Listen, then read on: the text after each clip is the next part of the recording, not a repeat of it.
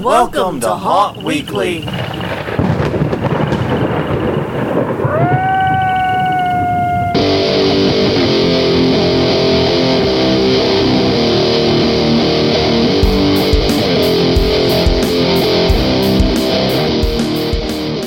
Hello everyone, I'm Jonathan. I'm Crystal. And this is Haunt Weekly, a weekly podcast for the haunted attraction and haunted entertainment industry. Whether you're an actor, owner, or just plain aficionado, we aim to be a podcast for you. And this week's episode is brought to you by Chloroseptic Spray, Halls, Cough Drops, Green Tea, Sudafed, Mucinex, Ibuprofen. Did I forget anything? I know that's just the ones for me, but... Basically, Jonathan's got a cold. Yes, there is a lot of illness in this house, and actually, I was sick pretty much the entire time at Halloween and Hauntfest, too. Right, so we weren't able to get any interviews, and you'll hear that quite often. Quite a bit. I'm sorry in advance for the coughing. I can't do anything about it. Yeah. But long story short, yes, I was sick the entire conference. We did not do any interviews. What we did do is we scheduled people that we will be talking to later. Right. So that, I think, is actually in a way cooler, because rather than spending 5 minutes waving a microphone in someone's face, we're going to sit down and chill with these people for the full 50 minutes. Right. And I'm actually really excited about some of these upcoming shows. Yeah. So, I'm sorry there's no, hot takes on it in terms of, interviews on the spot or whatever, but, man, there's some cool stuff coming your way, I'm telling you straight. And one of those episodes will be, and he's already confirmed he's going to do it, is Steve, the guy who organized this haunt. Right. Will be here. We'll have some of the organizers from Halloween and Hauntfest. They wanted us to give him a few weeks to recuperate. Yes. Having organized large yes. conferences, I understand completely the need to do that. So we're giving them time to rest and recuperate. We have other guests coming up sooner. We do have someone who we're still trying to book down. We're actually going to revisit the wrestling and haunted attraction conference topic soon. Right. We got someone that really wants to provide a great take on that. Yes. No spoilers on who it is. It's a mystery guest. You're just going to have to listen and find out. You see, I'm learning from my wrestling booking. Keep them interested. You got to pay for the match. I guess it is good to take your own advice. Yes, it is. But anyways, so we have a lot of great stuff coming up. But this week we didn't have very much planned because, like we said, we were at the conference. We are sick now. We were sick then.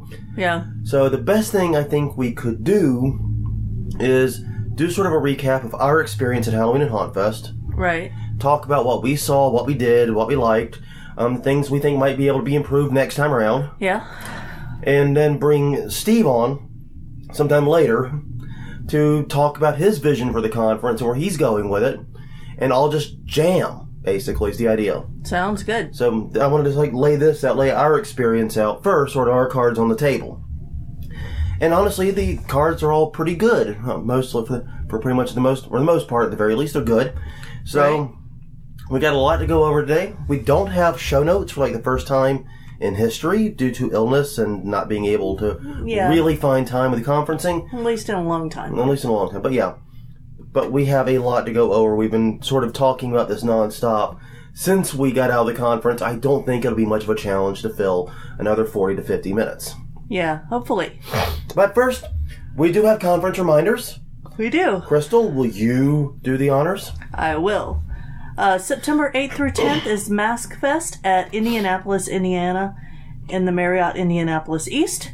All about makeup effects and masking, and maskfest.com for more info on that. All right, October 14th and 15th, it's Sinister Creature Con at the Scottish Rite Center in Sacramento, California. Can I just say, I love the name of the Scottish Rite Center, too, while we're at it? Yeah.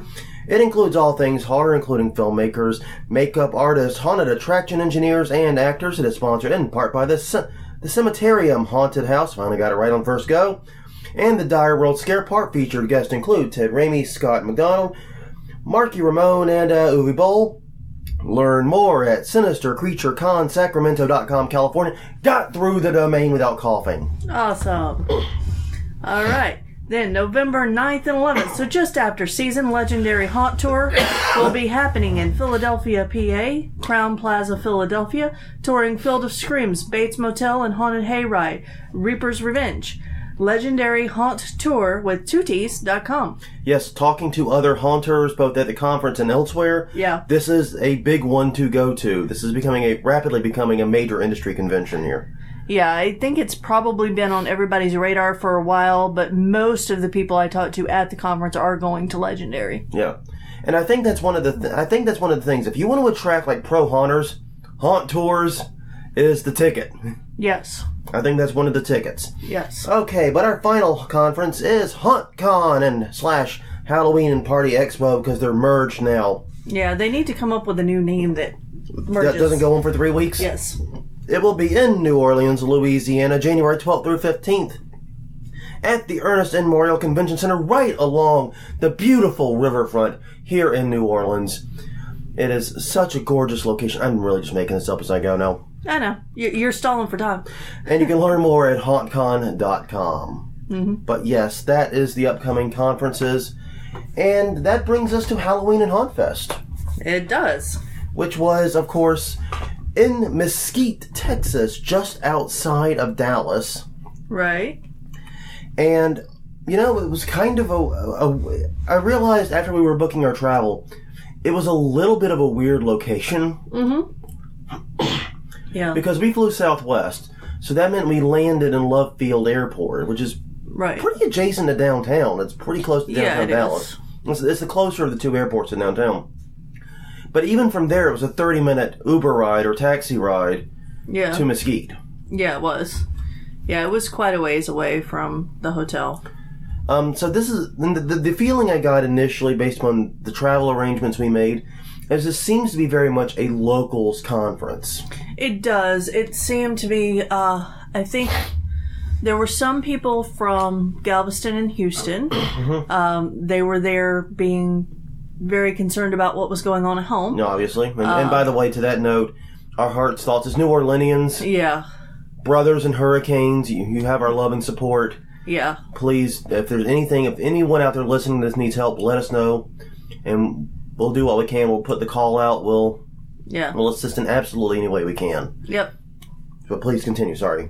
Nope, that's okay. That needed to be said. So, yeah, I think that's the... there was someone from Kentucky, Virginia, and New Jersey. Yeah. But I would say the people who traveled more than 4 hours probably made up 1% of the conference. Yeah, and they were more likely to be vendors or speakers, too. Yeah. In fact, I think they were almost exclusively vendors or speakers. Yeah. I mean, I'm sure there were some people that defied that, but yeah, in my experience, they were more likely to be vendors or speakers.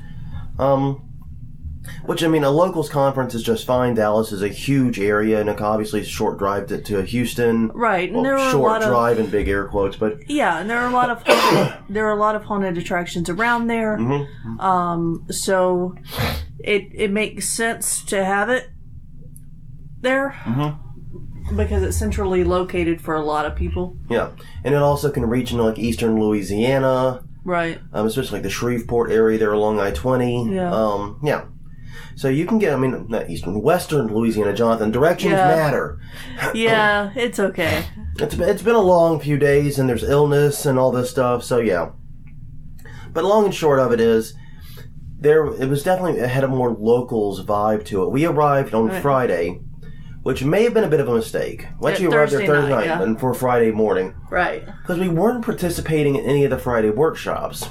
Right. Well, I didn't know that the thing that I wanted to go to could be broken down to take home on an airplane. Yeah, I didn't know that either. That was... that is one of those really we wish we had known. Yeah. Because at least one of us would have gone to it. Oh, yeah. Maybe both. We might have both considered it. Yeah. Because it was making the pneumatic prop. When we said in our preview... We both wanted to go. Right. And we said in our preview that we couldn't go because we were doing carry-on only and had no means of getting it back. Well, it turns out we spoke with the instructor after the fact. It was actually trivial to break it down and put it in a carry-on bag. Yeah. Bill Ramsey's a nice guy. It is. Really, really good guy. Really good class. I saw what he made. Yeah. Yeah. I mean, I've got to say, though, I'm worried that no conference center will ever have him twice. Yeah. Because the sheer volume of aluminum shavings that session threw into the carpet. Right. I mean, he himself admitted it. It was like, there's probably a reason I've never been in the same building twice. Yeah. Probably has like other conferences have his photo up over the desk. Right. Don't let this guy teach a class here. Yeah. Yeah, they are trying to work it out to have it at the same convention center next year, is what I've heard. And that would make sense. I mean, and let's take a minute and talk about the venue real fast before we jump too deep into the conference. Okay. It was both a hotel and a convention center in one building. They were connected by like a skyway system. The hotel was all right. I mean, yeah, I wasn't. Yeah, it was okay. It to me the problem is it's a Hampton Inn, which means it's owned by Hilton. Right. And it suffers from what I call the cheap hotel paradox. Yeah. Now, for those who don't travel a lot, the cheap hotel paradox basically says the cheaper the hotel, the more things you get for free. Yes. I've never understood this. This makes zero sense. Because you would expect like those cheap hotels to be like Spirit Airlines. Right. Oh, yeah, you get a cheap rate, but you're going to pay for every little damn thing you want to do. You want to park your car, that's going to be an extra, you know what I mean? Yeah. Every little thing's going to tack on. But no, that's not how it works. You go to like a Holiday Inn, you'll pay like half price of a Hilton, but you'll get the free Wi-Fi, you get the pool, you get parking, you'll get all that jazz. At the Hilton, at this Hampton Inn rather, there was a lot of stuff that was at cost. It was fairly expensive. Like, you could get Wi-Fi complimentary, but if you wanted to have like usable Wi-Fi, you had to pay per day and per device. Yeah. And I guess it was all right. It just wasn't magical. So could you bring up? Well, never mind. I think I stumped Crystal here. Yeah, no, I was just trying to figure out... Which, granted, since we're both sick, is not a difficult task for either of us. Yes, I found out I'm allergic to rodeos. Yay! Now, as a haunter, looking at the hives that broke out because of the rodeo, I'm like, wow, if those were fake, they would be really good on a character. Yeah, you scared the hell out of me, I'm not gonna lie. Yeah, I know. But anyway, yeah, so the hotel was fine. I mean, I'm not gonna... It's neither here nor there. It was a hotel. Yeah. It was a nicer end hotel, so it comes with some of the quirks of getting a nicer end hotel. Right. I will warn you that if you do the book your room ahead, make sure that you are getting what you paid for. Yes. Because we paid for a king-size room and wound up getting a double-double. Yeah, and apparently, and it was weird because the hotel has this very cool thing where it lets you book your own room, like you said, where you get to choose the room. And I just kind of ran with what it chose for me. Yeah. Because it was on the first floor. I didn't see a reason to change that. And why would they suggest anything other than what you had chosen? But apparently they did. And it created another problem also because the first floor isn't the lobby floor we found out. The lobby floor is on 2. So the whole reason we booked on that floor was basically so that we would have, not to do stairs or elevators. Yeah. And that didn't work out so good. But anyways, that's neither here nor there. The convention center itself was pretty good, actually, I think. Yeah. Their breakfast was decent. Oh, yeah, the hotel's breakfast. Yeah, that was really good breakfast. Yeah. They did not have a place to get lunch or dinner on the grounds. No. Except for a concession stand. Which was provided by the conference. Yes. So that was a bit annoying not having any way to get anywhere other than walking. And now, to be somewhat fair, there was like a bunch of fast food and stuff about half a mile away. Yeah, half a mile, a little bit further, yeah. So it is walkable if you're not opposed to a hike. Yeah, we did walk some. Now, we walked a fair amount, and I mean, look, I'm an avid runner, and you're not afraid of a hike. No. So that didn't really bother us. But just bear that in mind that if you go to the conference and it's here, you might want to plan your lunches around that. Right. And apparently they do have some suites that have a kitchenette. Yeah. The small room we were in did not. So. Yeah. We got the El Cheapo Rumo. Yeah. At the more expensive price. Yes. Yay. But anyway. I may be a little bit bitter about that. Well, it was a weird experience. Yeah. But long and short of it, this hotel was fine. There's nothing much to say about it. The conference center was okay, even though the way it positioned things seemed a bit odd to me. Yeah.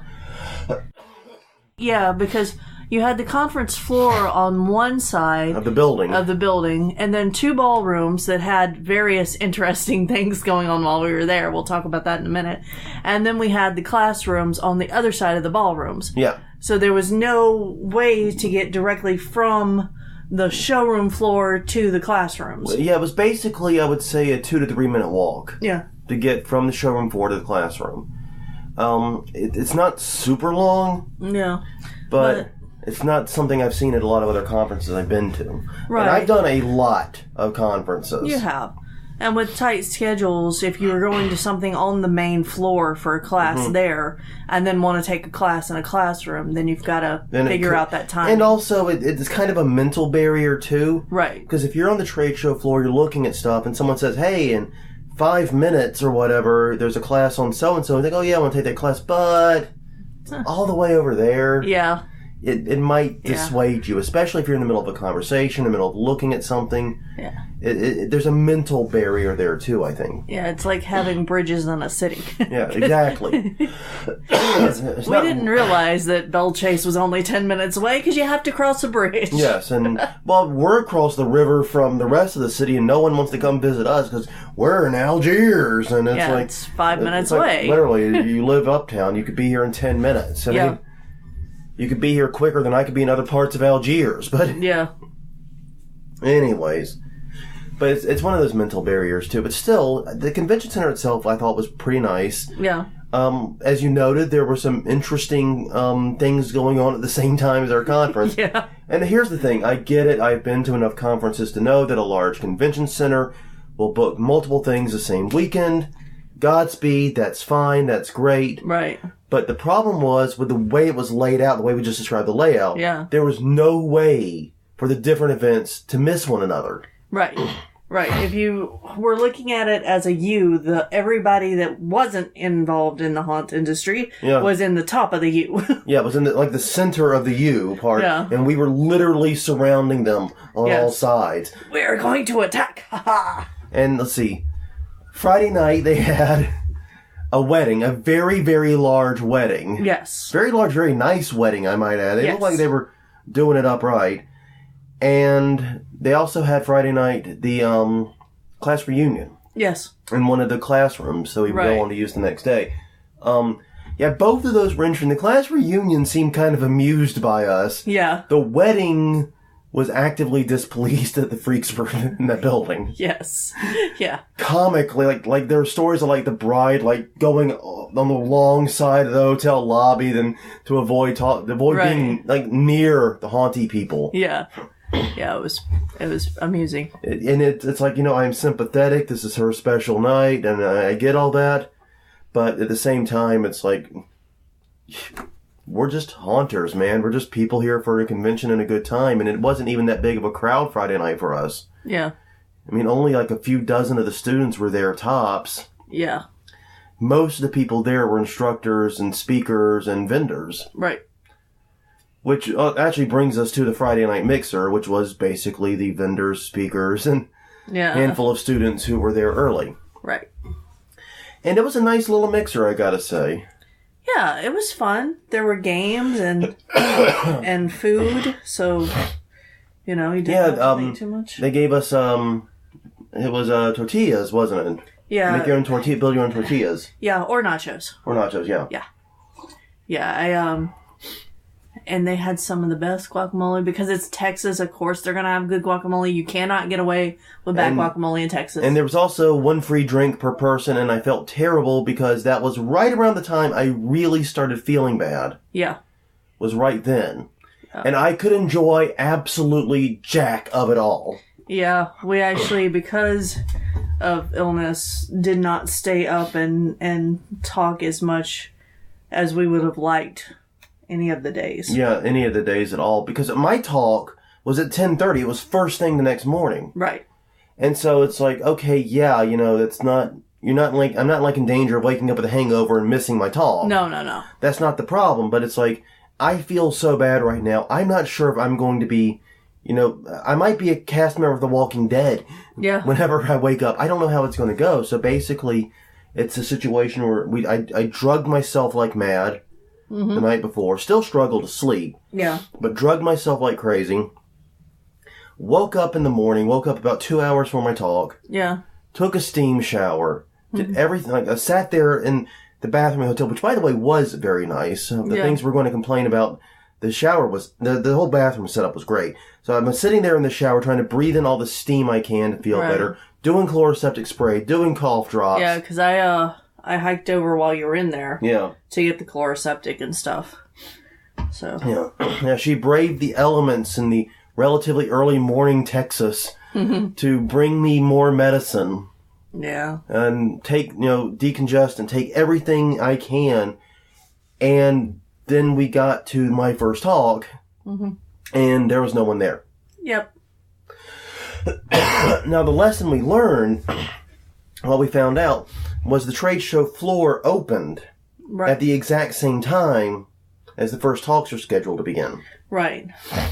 And so everybody was checking out the trade show floor because that's where registration was. Yeah. Which, And this impacted both me and Bill Ramsey, by the way, who was the other 10:30 speaker. Right. He had the exact same problem, if I remember him saying so correctly.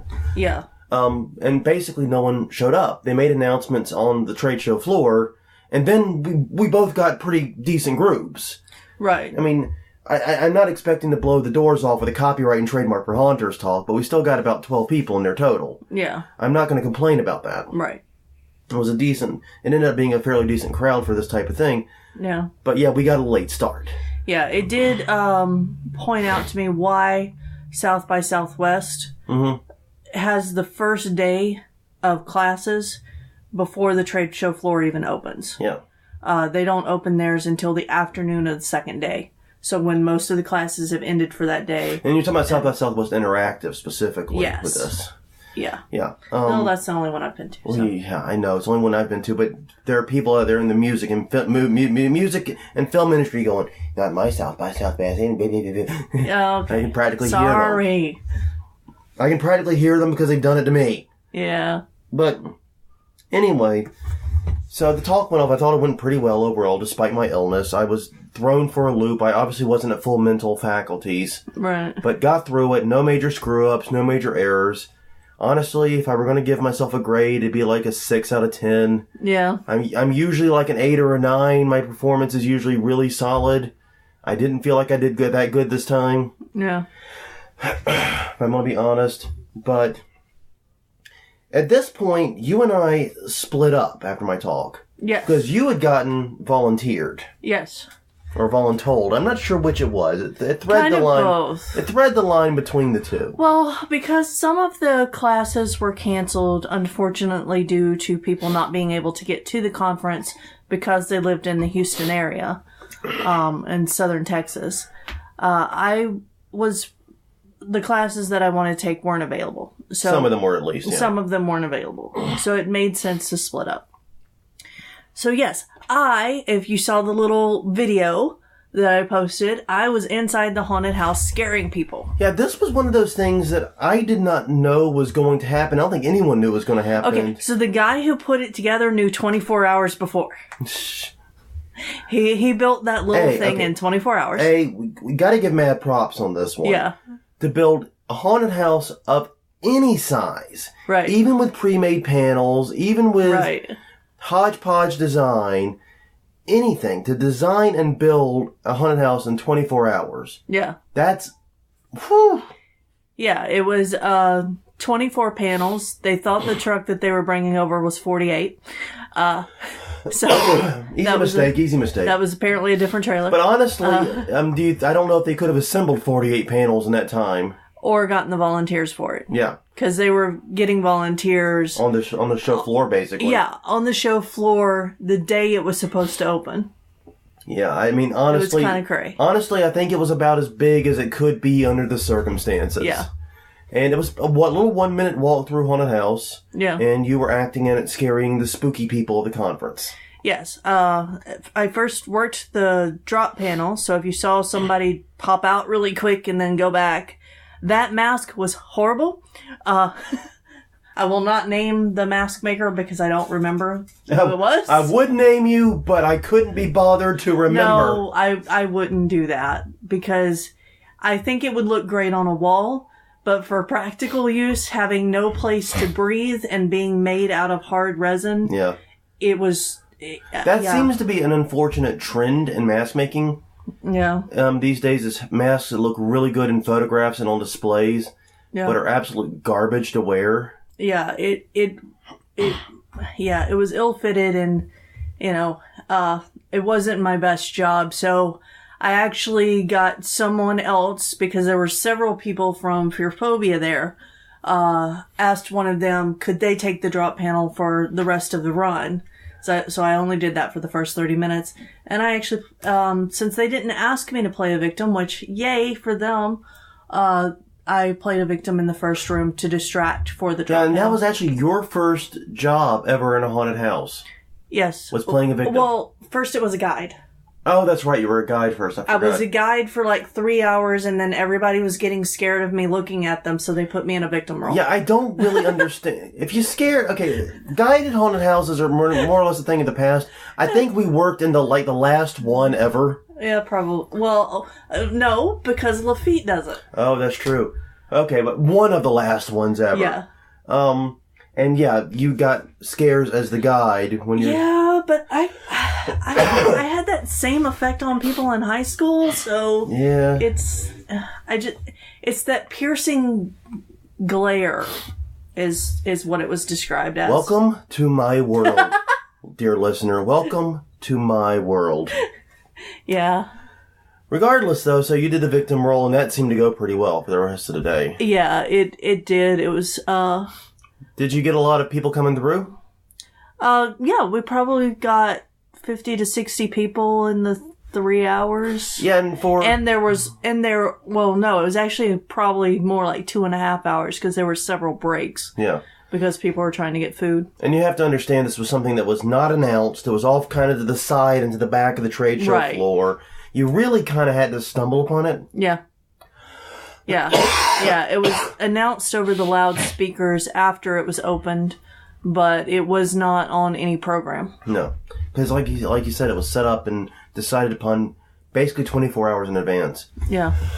Yeah. And the reason for doing that, according to what I heard, was because, as we mentioned, they had vendors back out. Right. Because of the hurricane in southern Texas. And so they filled some of the trade show floor space with a haunted house, which makes sense. Yeah, and I think it's something that they should continue to do, but they should plan to do it. Yeah, because we talked about the conference with the mini haunts. Right. And that just sounded like really badass, and we really wanted to do that. Yeah. This was like that, but instead of being 14 mini haunts, it was just one mini haunt. Right. Yeah. Excuse me, I'm sorry. Yeah, you could tell. Yeah, we're not feeling our best, folks. I apologize. As for me, I continued on the education track. Right. First, I attended Haunted House Security and Safety with Alex Lohman. I've got to say, this right here was probably my favorite talk. Mm-hmm. He was excellent. I think he did better than any of my talks even. I put him above myself in terms of performance and information passing on.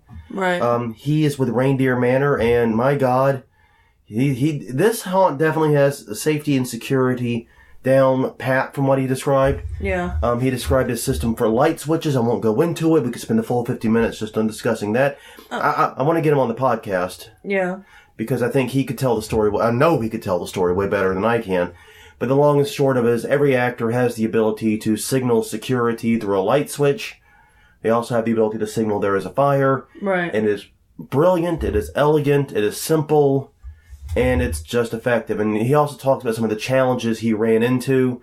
For example, the fire marshal wanted to have fire sprinklers. Yeah. They found out the nearest pipe that could get enough water, was 9 miles away. Right. Bidding on that project started at $20 million. Yeah. Don't know about your haunt budget, but he was thinking much fewer digits, basically. So, it talks about how he was able to work with the fire marshal and solve those types of problems, too.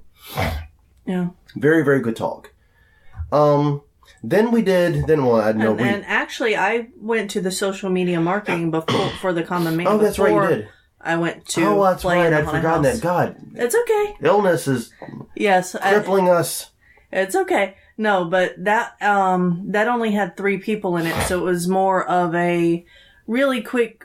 Here's the presentation. Ask your specific questions, and so then let's wrap. Exactly. We just spitballed ideas for each other about how to promote things. Learned about a year-round haunt in Galveston. She's one of the people that doesn't know if her haunt's still there. Hoping that it is. And if want to so, go to it. Yes, next summer, because I will have time in the summer, and we can do that. Sounds good.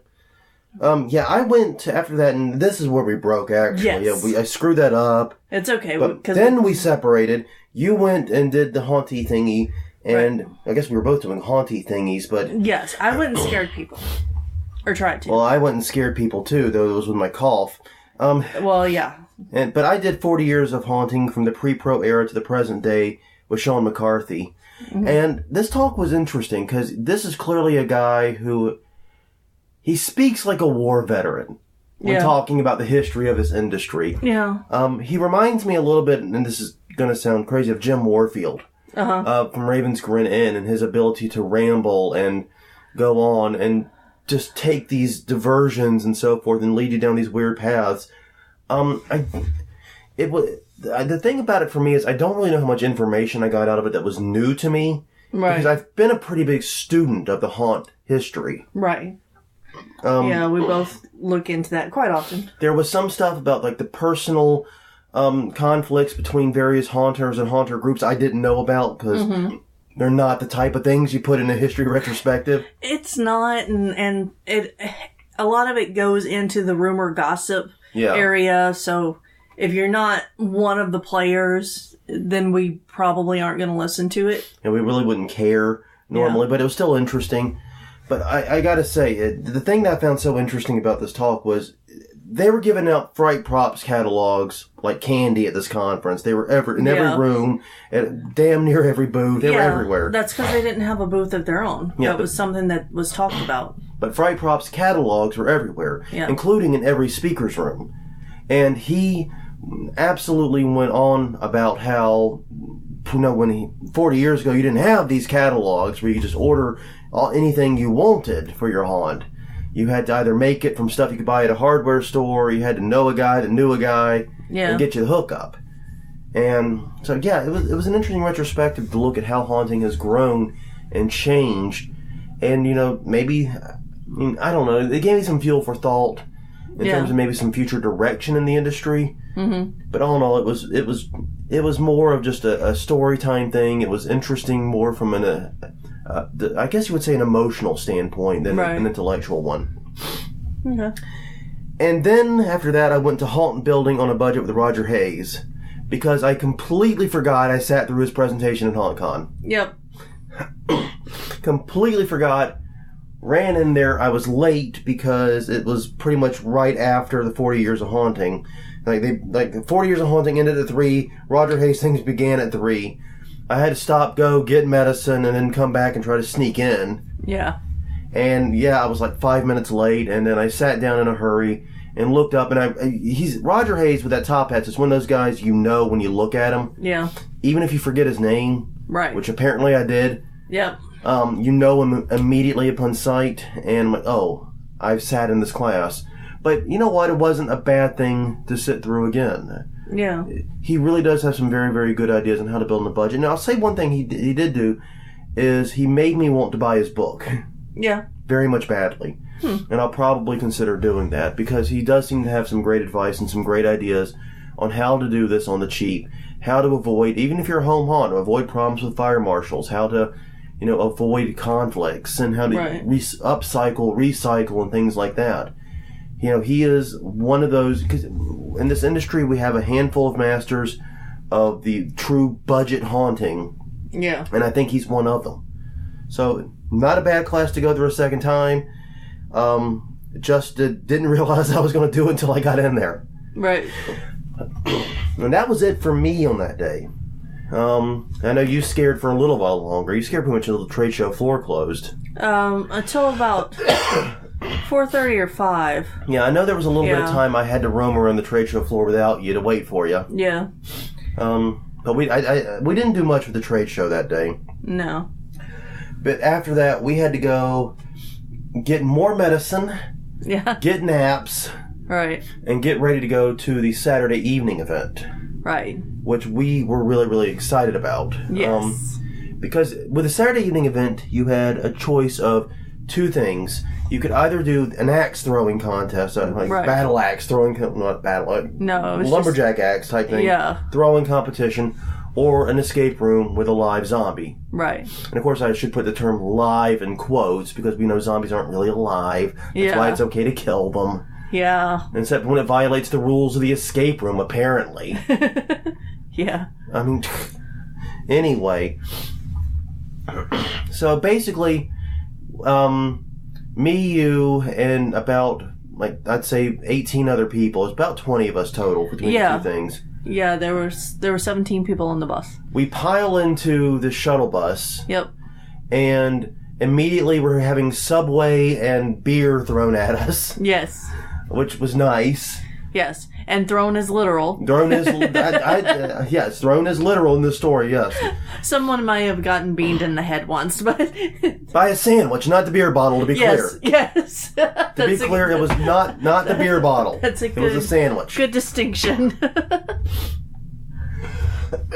But yes, then we go to one thing I didn't realize when I was booking it was that they were at the same place. Right. Which is, I mean, how many axe throwing / escape room places can you name? One, exactly. Escape Room Adventures near Dallas. Yes. And basically what they did is they started the axe throwers out early because they had they had practice and then they had 2 separate games they were going to do. Right. And one of them was a double elimination tournament.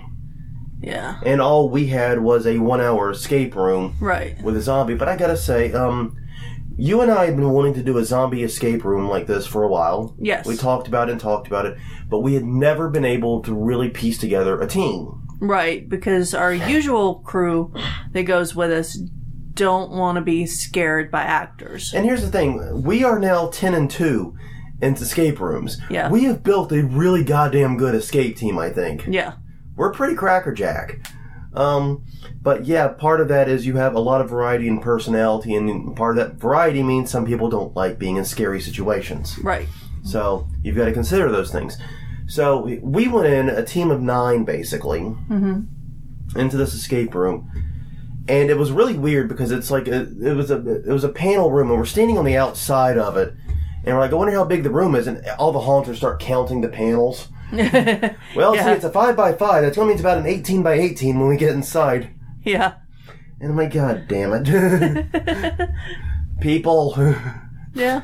But what I didn't expect was that the zombie would be literally loose in the room with us. Right. I'm not sure what I expected, but basically it's like you get in there, you start looking for clues, and then the zombie bursts out of like an armoire that's toward the center of one of the walls. Right. And she starts out with like next to no chain. Yeah. So basically you can do all but, hug the armoire and you're fine. Yeah. And then every 5 minutes the chain gets a foot longer. Or a foot or a little bit long. I don't remember how much it was longer. It gets a certain distance longer. It's a foot, yeah. Well, the problem, well, not the problem necessarily is, but what was interesting about it was by about 40 minutes into the game, the zombie could easily reach every corner of that room. Right. Because she was tethered by her wrists, not by her waist. Right. So she could easily slink over to any corner of that room. Yeah. So realistically, she's sitting there. Her job isn't so much to get people out as to serve as a distraction. Yeah. And to keep you from going to certain areas. Yeah. Unless you distract her. Yeah. Because you can distract the zombie with song and dance. So, because I'm very specific in an escape room, I like to find a puzzle that's going to take time and work on it by myself. Yeah, I know, big team player. But, so since there were so many people doing so many things, and every time I find something to do, nobody would know if it had already been done. Yeah. And then I'd get halfway through it, and then they'd say, "Oh, we already did that. It did this." And that was the big frustration. We had such a large team. Right. And even though we did a decent job communicating, as good as can be expected, the news didn't always reach everybody. Right. And I think that's a hard thing to do. Yeah, so then basically I became the zombie distractor. Yeah. And started singing to her and stuff whenever she started looking towards the other people in the group. Yeah. Which was a very important thing to do. Yeah. And according to the good doctor, and we'll get to that in a minute, I played the role of information gatherer. Yeah. Because I'm the guy, and I do this in all escape rooms. I listen. Yeah. I listen, I observe, and I think. I don't always look like I'm doing a lot. Right.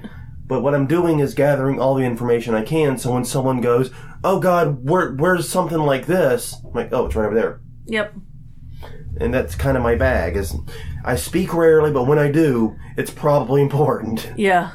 Kind of the exact opposite of the podcast. Yeah. Yeah. Kind of. Yeah. But anyways, so that was but anyway, in the end, our wonderful team did manage to get out. Yes. Time to spare. Time to spare. Had about 8 minutes to spare. It was a good experience. The puzzles, I think, were pretty good. Yeah. Don't expect much if you go there in the decor. Yeah. It's one bright-ass escape room because there's no ceiling on the panel part, and you're getting the bright fluorescent lights from the top. And if there's this axe throwing tournament going on right on the other side of the wall, it might be a little noisy. A little? Yeah. It was loud. It was very hard to hear in there. Still, I enjoyed it. I enjoyed that we had 2 actors with us the entire time. The doctor was very helpful. And I like the fact that she was observing the group. Right. And gave her observations after the fact. Right. Which I thought was pretty cool. Yeah. So that added an unexpected element to it. So yeah, I would encourage you to go check that one out. It was a very different style of room escape than any other we've done. Yes. But yes, the victory raises our score to 10-2. It is in the spreadsheet. Yep. Go team, right? Yeah. So that was fun. But with that, it was time to get back to the hotel, where first we watched the Mayweather-McGregor fight. Right. We got back. We were supposed to be out until past midnight, but we wrapped up early. Yeah. And we drove back to the hotel, picking up pizza on the way. Yeah. And watched the McGregor fight. Won't say anything about that. This isn't Fight Weekly. Yeah. But we hung out with the other... And it was a small crowd in that room. It wasn't like packed to the It's gills. basically the people who went to the escape room and axe throwing, plus a few of the people from the mixer. Yeah. So, I mean, and that's another thing. It's not really a conference where people seem to hang out for the after-hour stuff. Right. Which also leads us to believe that it's more locals. Yeah, more locals, people driving up for the day or maybe even for the 2 days. But that's about it. We did that. And then we went to a briefly stayed at an after party. Yeah. But by that point, we were already both feeling the combination of... Oh, yeah. I was feeling a combination of alcohol and sick. Yeah. And you were feeling pretty rough. So we made our exit pretty quickly from that. And I'm sorry about that. But we were not able to really do much. Yeah. Went home, went to the hotel room, took all the meds, and I woke up Sunday morning actually feeling really good. Yeah. Which surprised the hell out of me. I felt horrible. Yes, she felt horrible now, but I felt like $1,000,000. So my talk, which was the first thing I did that day, which was from 12 to 1, it was the one about how to make a website that sells your haunt. I did an excellent job, I think. I think the talk went really well. Yeah, it did. There was only 2 people in the room. Yeah. But, it was worth it. And it was another situation like you described where you do the talk and then you sit around and you rap for a bit about what's going on. Right. After that, I shuffled off. Or did you come with me? You went with me. Yeah, I didn't do the haunt this day because I was just feeling so terrible. Yeah. I mean, I was really having serious reaction to whatever was going on. Yeah. Well, we then moved to online, offline, reach more fans and sell more tickets by Alan Linebrink. He's the CEO of HauntPay. Yes. If you're not familiar with him. There's a lot of Alex at this conference. There were. But yes, we did that and had a good time there. I found it kind of funny that he directly contradicted some of the things I said. Yeah. But you know what? Some of this stuff, there's room for disagreement, I think. Yeah. But I'm still going to stand by email as a valid marketing method. If you're getting super low open rates on your emails, send better emails. Yeah. How's that? And then after that, we kind of really expected to leave. Yeah. We went, we hit the trade show floor a little bit. Yeah. But we were both feeling really rough by this time. I was starting to feel worse, and you were really in the can at this point. Yeah, the allergy. The allergy had spread And I was not feeling good at all. Yeah, so the plan at that point was to go to the airport to get real medicine because the Hotel Benadryl was not working anymore. Yeah, and if we were going to have to catch an Uber to somewhere to get medicine, it made sense just do one Uber trip, go to the airport, and you can always kill time in the airport. Airports are made for killing time. They are. But we saw Melissa Winton? Did I say that last name? Setting up Hauntilla's Tempting Terrors, hosting a murderous dinner party. Yeah. And we're intrigued. Yeah. By the setup and the spread. Yeah. And we were like, it is really early to go to the airport. Our flight was at like 9:30. Yeah. And, we felt a little bit bad because there was nobody in the room. At the time. Now, to be clear, people did show up pretty quickly. Yes. And once again, I think part of the issue was two other classes ended right as hers was supposed to begin. Yep. No, I completely agree with that. So we were the first two people in the room. And it was like, we sit down, like, okay, we're not even really 100% sure what this is about. She's just got this really elegant, spread up there in the speakers area. And basically, she is doing dishes for Halloween parties. Or, what we're going to use them for, actors. Yes. And some of them are actually really good and really imaginative. And because her thing was, if you do those recipes on like Pinterest or those old Halloween cookbooks or whatever, they always sacrifice taste in exchange for the look. Right. She wanted recipes that tasted really good, and even if they only kind of, sort of implied what they were after, like the watermelon salad. Right, the watermelon salad, which was cubed watermelon, tomatoes, some red wine vinegar, and basil all mixed together so that whenever it was in, she put it inside of a skull bowl so it looked like brains coming out of the top. Yeah. And it actually looked pretty good. Yeah. And it tasted good. She's going to have a cookbook coming out soon. Yeah, and I'm really, really excited about that. Yes, we'll be getting that for Ellie. We'll be getting that, and we'll be getting that to Ellie, who's our haunt mom, and actually will be the one in charge of making these recipes. The best tasting recipe for me was the dragon's eyes. Right. I did not expect that to go as well as it did, because it was English cucumbers with a mix of feta and cream cheese. Right, which you're not a huge cream cheese. I'm not a huge cream. That's why I thought this was going to tank. Mm-hmm. And then a sliced dry tomato that formed like the vertical iris. Mm-hmm. And it looked like a green dragon. It really did. You scoop it really did. And it was actually pretty damn yummy. Yeah, I would say so. So, yeah, there's a lot of interesting stuff there.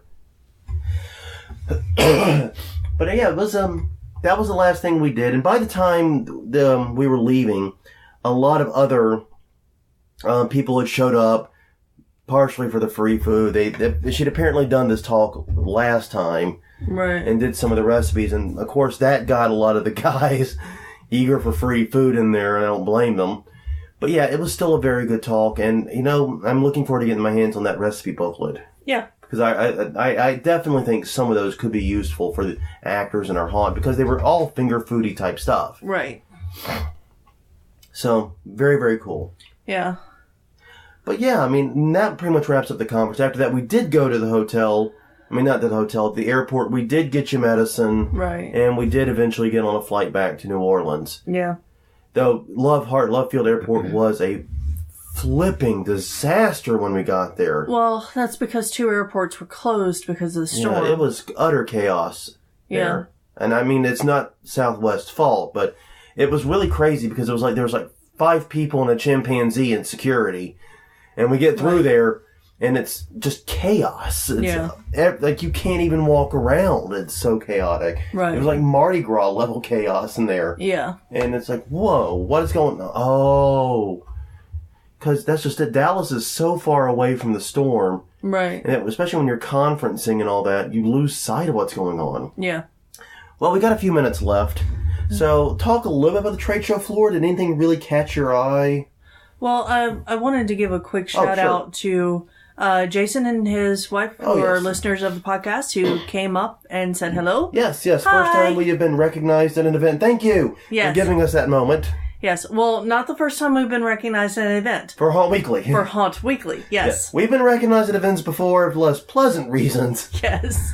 Yes. People don't like us when we're reviewers. So yeah, in fact, I'm not going to mention names, but someone's like, what are you talking about, reviewers? I'm like, really? Yeah.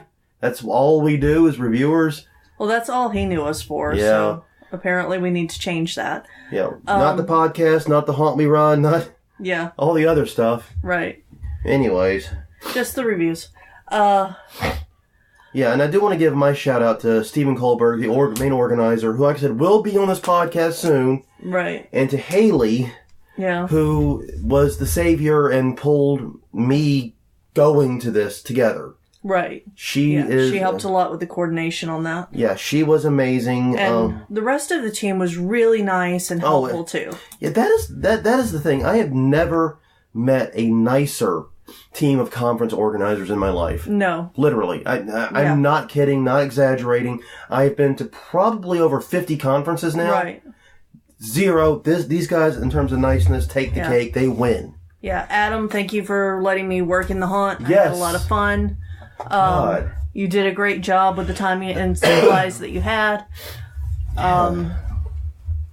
They have a lot of awesome people at this. Yeah. Also, quick shout out to Drew. From Big Scary Show. Oh, yes. Met him. He'll actually be on his podcast next. I'll be tomorrow. Yeah. Tomorrow. Yeah, tomorrow. Mistakes are made on this agreement. Yeah. I kind of bet I'll be over the call by then. Well, I don't mind coughing and hacking on my podcast. It's my podcast. I can do whatever I want. You can mute your mic whenever you're not talking. Yeah, I might do that. Yeah. But anyway, it is a Skype one, so I have a little more control. Yeah. Because this is like the lowest editing and production you can personally fathom. I think the biggest investment was the tripod.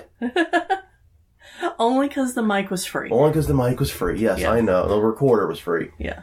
But anywho, so yeah. Okay, so yeah, now we can go back to the trade show floor because I wanted to say our thank yous real quick. Yes, and like I said, we are running a little bit short on time.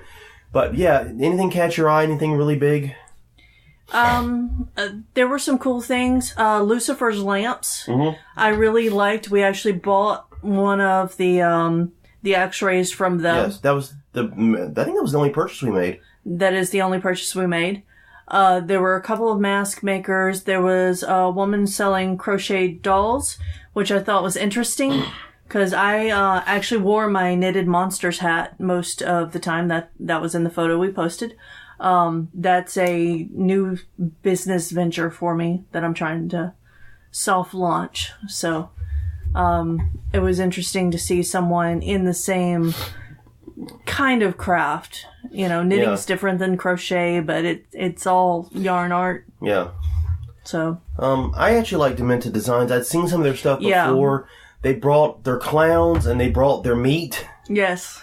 Yeah, I wanted to take some meat home, but I wasn't sure how TSA was going to react to that. Hilariously? Hello. Probably. Yeah. Oh my god, yeah, they had some really cool stuff. I really did like their meat and their limbs. Right. I'm not big on clowns and haunts, because my personal belief is clowns it's either a phobia you got or you ain't.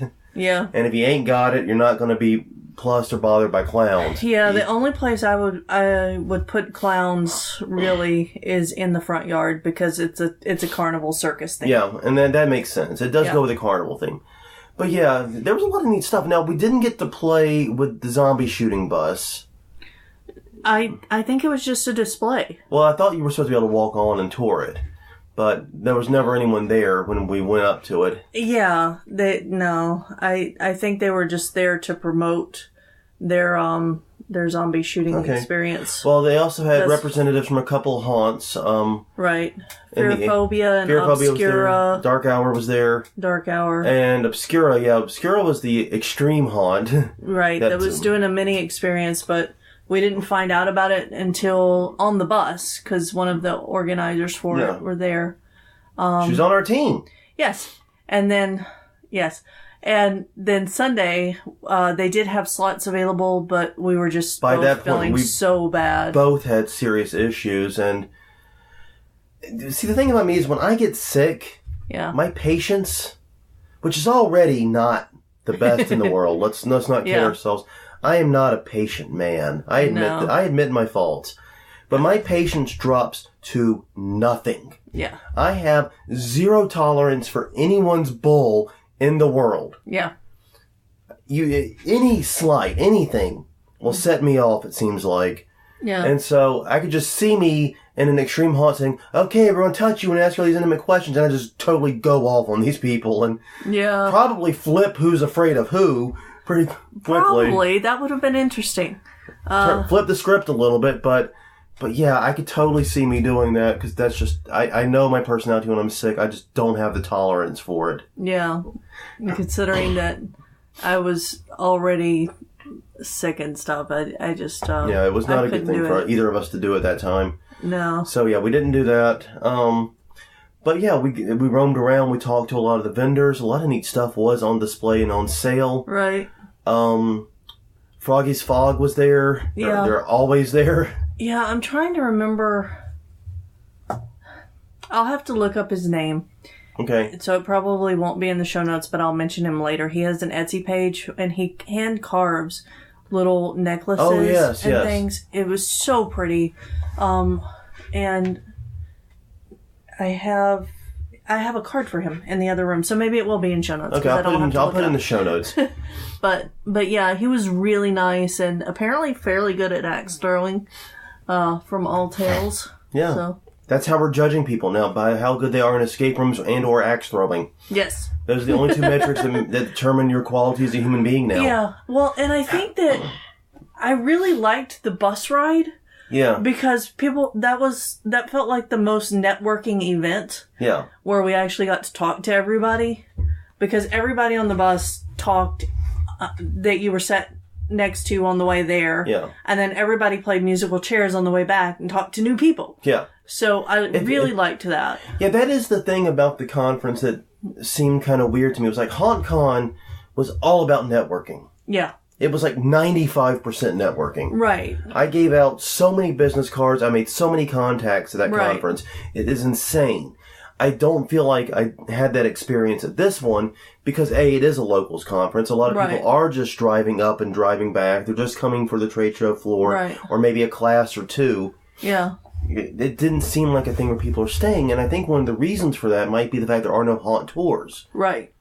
Yeah, no, I agree with that, but with it this late... Oh, yeah, and that's the other problem, is the timing, yeah. In summer, I don't know how many haunts would be ready to receive a tour. Exactly, and then that's the thing, even we, with our Rudy Poo little home haunt, are pushing going to this event. Right. If we weren't a decent amount ahead, and now just more or less on time... Yeah. With construction and everything, we wouldn't have gone. Right.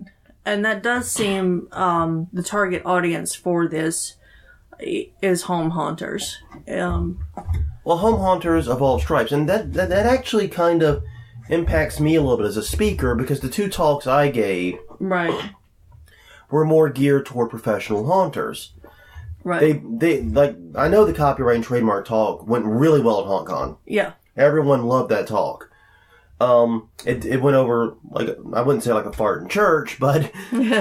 but you just did. But not as nearly as well. Yeah. And that's because of a very, very different audience. If I had known this was a home haunt audience, maybe you and I could have put together a talk about some of our 2x4 technology tricks that we've learned over the years. Right. How to really speed up the construction of a haunt. Right. Because we're a lot faster than we were 10 years ago. Oh, yeah. I would say so. We could have imparted some of that instead. And that's what seemed to do well in terms of classes, were these how-tos. Yeah. So, lesson learned. I'll shift my expectations and my plans for next year. I do want to go next year. Yeah. Illness, allergies, everything aside, we still had a great time. Yeah. I'll just notice to start taking Zyrtec a week before we go. Yeah, exactly. Just in case there's a rodeo or it's the Lennons or whatever. Whatever it is. But yeah, I mean, we still had a great time. We still met a lot of awesome people. Yeah. I mean, it was a very, very good conference. And in spite of the handicaps with the hurricane and some of it coming together at the absolute last minute, it still went off pretty smoothly. It did. The staff, like we said, are the friendliest and most active and helpful staff I think I've ever seen at a conference. Yeah, because you know Steve, that you got a great team, dude. I'm just telling you straight, man. Yeah, you're right. You've got a great team. But yeah, I do want to go. I mean, and I'm not going to blame the conference for the fact that I got sick on the way there. Yeah, or that there was a hurricane and some things were canceled. Yeah, because that's not their fault. Obviously, I think there are things that can be improved. Yeah. But, this seems to be... I don't know how long this conference is going on, but it's definitely a new conference. Yeah. So it may still have some growing and some nurturing to do. Right. And I hope it's able to do it. And one thing that might be able to help it is if it does stay at the same place, that will allow them to plan better for the conference next year. Right. They've already got the environment. They know it. They're not having to reinvent the wheel. They can put more, into the front-loaded stuff. Yeah. Okay, well, that's all I've got right now. You got anything else? No. I think we talked this to death. Like I said, in a few weeks, we're going to have Steve Kohlberg on to talk about the conference, and he's going to go over a lot of stuff we just did, but also talk about future visions and ideas and why he's doing it. I want to pick this guy's brain about this conference. All right. Because I'm excited to learn. I want to know why people do conferences, not how people do conferences. Right. Do you know what I mean? Yeah. Because, I put together conferences too, but not just out of thin air. They were like to promote something specifically. Yeah. Does that make sense? I guess so. I want to know what drove him to do this. I want to get more back. I want to get in his brain. Okay. So I'm looking forward to that. That will be coming up soon, as will a couple other interviews. But until next time, I'm Jonathan. I'm Crystal. And this has been Haunt Weekly, episode number 91. Do take a moment. Follow us on Twitter at Haunt Weekly, Facebook at Haunt Weekly, and we are at hauntweekly.com. Subscribe, iTunes, Google Play, and Stitcher. We will see you guys next time. Hopefully not nearly as sick. Oh, yes. And next episode 92, divisible by 4. That means we're doing the news. We'll see you then.